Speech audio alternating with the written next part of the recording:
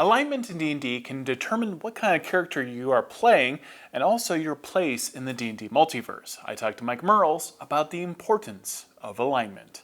So alignment is essentially a cosmic shorthand for which team you're playing for. But it stops short of being a cosmic force in the sense of you can cast spells. Like we don't have a spell that's like no alignment. Or we don't have a rule that says, oh, you change your alignment, suddenly, there's an XP penalty or something like that. We very specifically in 5th edition tried to position it more as a role-playing descriptor in a shorthand for, in terms of the D&D cosmos, there are these certain, and this goes back to Planescape, there are these certain beliefs can shape things. And so there's this idea that on a cosmic level, there's a tension between law and chaos and good and evil. And creatures pick sides. It's no different than saying, oh, well, then the idea is then you pick a side that reflects how you act. And I think there's a lot of ways you can approach it, right? As a DM, you can decide, is alignment does it describe someone or does it define someone? You can say, I'm lawful good because I act lawful and good. Or you can say, I've chosen to be lawful and good, so now I have to act lawful and good. And we actually don't try to answer that in the game because I think it's something that's really up to the players and dungeon masters. And I also think it's something that cosmologically, on one hand, it's very useful just to say, orcs are chaotic evil. It means you can beat them up and not feel guilty. And I think in D&D's history that worked. But now that you have Game of Thrones and Lord of the Rings, on TV or movies, there's a lot more nuance now coming into fantasy. Fantasy used to be all about those mythic archetypes. Loki is the trickster, that's what he is. He'll always be the trickster. If Loki stopped being the trickster, he'd stop being Loki. He'd be a different character. But now I think, especially with Game of Thrones, people now are more used to a more science fiction or modern day story approach to people, that people can change, that evil is relative. Not absolutely relative, but it is about point of view. And so the way I see alignment in D&D is the further you get out into the outer planes, the more alignment is almost this elemental force, that Mount Celestia is a realm of law and good. But law and good isn't necessarily the answer to every question. That evil has a place in the cosmos, being selfish has a place in the cosmos. And evil might not be very good for a group in terms of its prosperity, it's good for all. Good would say, hey, everyone should prosper. Evil can say the individual should prosper. But in a cosmos as vast as the cosmos of D&D, there's no one right answer.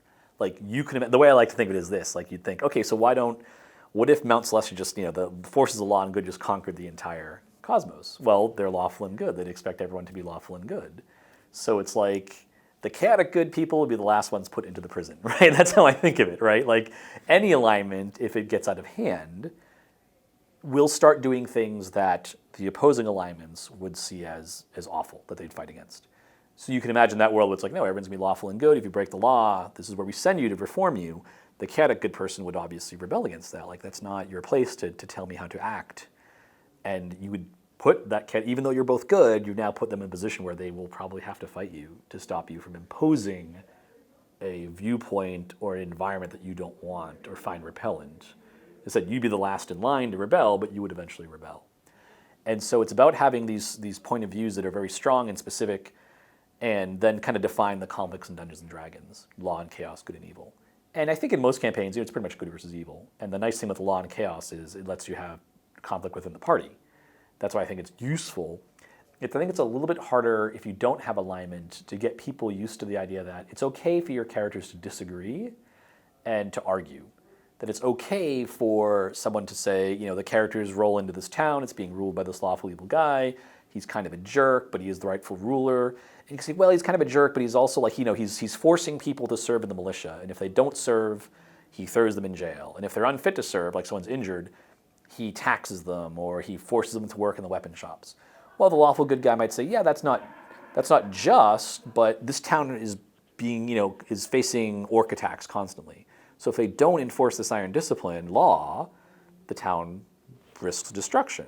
So the paladin, lawful good paladin, might say, I don't agree with the means, but I agree with the end. So I'm not going to just go out and try to kill this guy. I might go reason with him. I might argue with him, but I'm not going to fight him. Where the chaotic good person might say, no, we need to lead an open rebellion. This is wrong, right? This guy needs to be thrown out as leader. And so therefore right there, you got your chaotic good ranger and your lawful good paladin. They can have a deep, important disagreement on how to do things without one being good, one being evil. And chaotic neutral is the most hotly debated. I think the thing is, it's when you start thinking of the alignments as these elemental forces, you start taking them to the absurd extreme. So I think that's one of the things which we've also tried to think about is alignments being a range. So the most chaotic neutral thing in the cosmos, which might be a slod, is just like seemingly totally random and insane. But like a human who's chaotic neutral is more your wanderer, your person who doesn't want to be, who's self-centered, like, hey, it's about me, I take care of myself first, but not to the point of being evil where I don't hurt other people to get what I want because I'm neutral. I don't seek out to harm people, but I do put myself first. And I'm chaotic in the sense of like, I don't want to obey rules. I want to be left alone, however that might think. I don't believe in hierarchies. That's like your classic, like, Conan, or your thief, right? And I think what's kind of happened is that those things got taken to extremes, because I think in a lot of ways you had this language and it didn't necessarily get translated into things that people could really understand in a very concrete way. And so you thought chaotic neutral, okay, I'm unpredictable, I'm crazy.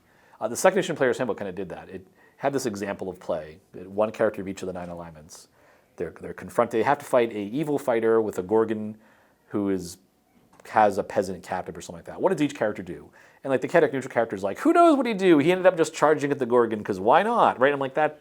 Even as a kid when I read that, I'm like that's just crazy. That's not chaotic neutral, right? So, but that's always been something that's been kind of interpreted at different times. Now, that was also, we have to remember too, in the context, 89, TSR was under a lot of fire for, this sort of RPG scare. So not coincidentally in the description of the alignments, the good alignments, like clearly these are the 3 you play.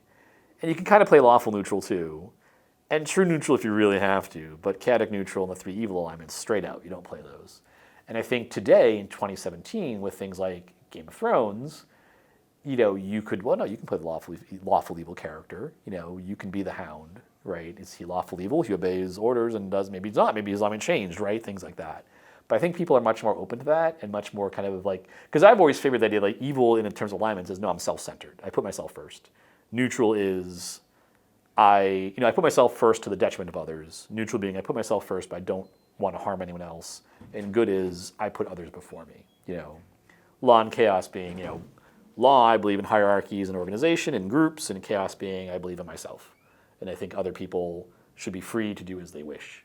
True neutral would just be someone who is, it's like, the the tepid water of alignments, right? They don't really have any particularly strong beliefs either way, right? They're just basically, I look out for myself, I don't wish harm to others, and I just go with the flow. I always thought of like neutral good being, I don't really care how we do it, I just want the most good for the most people. So go back to our early example, the tyrannical baron, let's say, who's forcing people to join the militia. The neutral good character could go either way. He might say, well, on balance, people are more miserable now under this rule than they would be if the orcs were attacking. So I think we should get rid of this order. Or they might say, no, on balance, while people are miserable, it's better that they're miserable and toiling away than having the orcs overrun the city and kill them all or enslave them all. It's not, their view of good is just what path gets us to the most happiness for the most people. I kind of think of like law and chaos as like the method. How do you do things, and good and evil being what do you do.